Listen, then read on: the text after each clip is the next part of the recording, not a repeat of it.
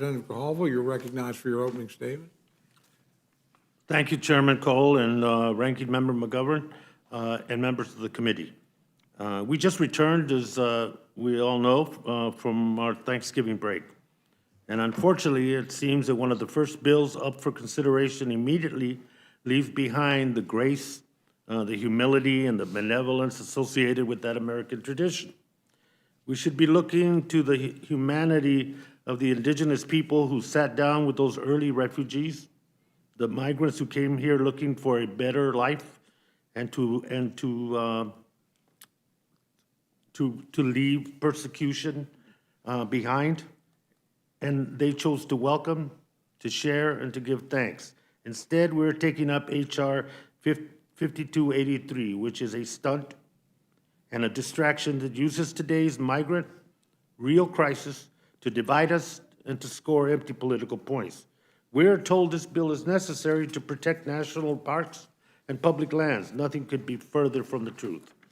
The bill is about the polls and elections, not providing resources, and not about providing resources to the National Park Service or protecting our public lands. As was mentioned, there are about 20 days in session left until the government runs out of funding. Yes, for anybody that has been watching this, that's right. We are once again just weeks away from yet another Republican shutdown. Republicans should be spending this valuable time passing serious bills that will keep the government operational, address the climate crisis, and even work toward comprehensive immigration reform.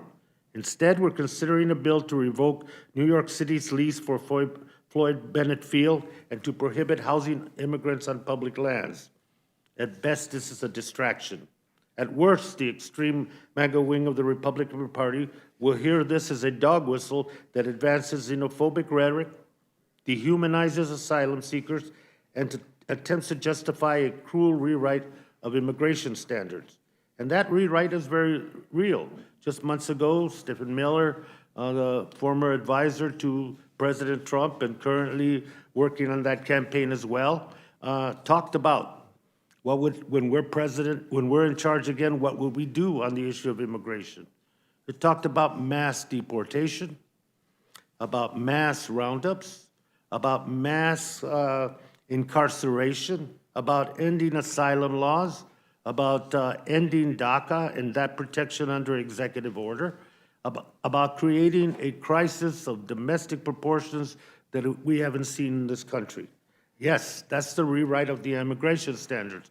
And this particular legislation is a precursor to the kind of discussion that will lead us to more division and more fear in this country of ours.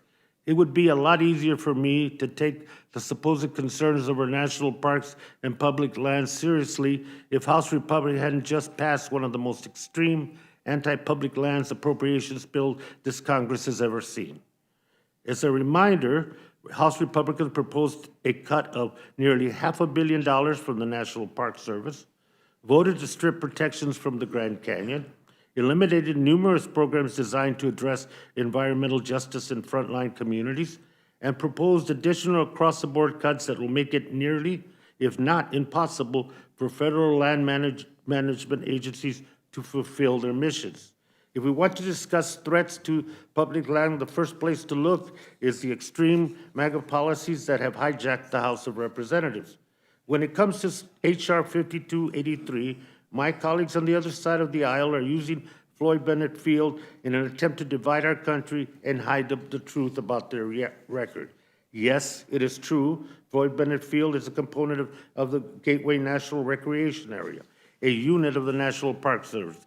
And I know that parts of that field offer an escape and recreation to many New Yorkers. However, this is not the whole picture. Other parts of the site have a long history of hosting a variety of non-recreational uses, including training sites for New York Police Department, the New York Department of Sanitation. Floyd Bennett Field has also been utilized during several emergencies, for example, serving as the home base for rebuilding and restoration efforts following Superstorm Sandy in 2012. 10 years later, at the request of local government leaders, from New York City and the governor of New York, it is being used to offer support during another national crisis. In return for the use of the site, New York City has agreed to invest millions to address deferred maintenance and improve visitor infrastructure at Floyd Bennett Field, something that has a clear benefit and connection to the mission of the Park Service. This hardly counts as turning America's best idea into its worst, and as has dramatically been suggested by the bill's proponents. I urge this committee to actually benefit national parks. And I urge us to return to truly addressing our broken immigration system. There is a right way to deal with this broken system, and there is a wrong way.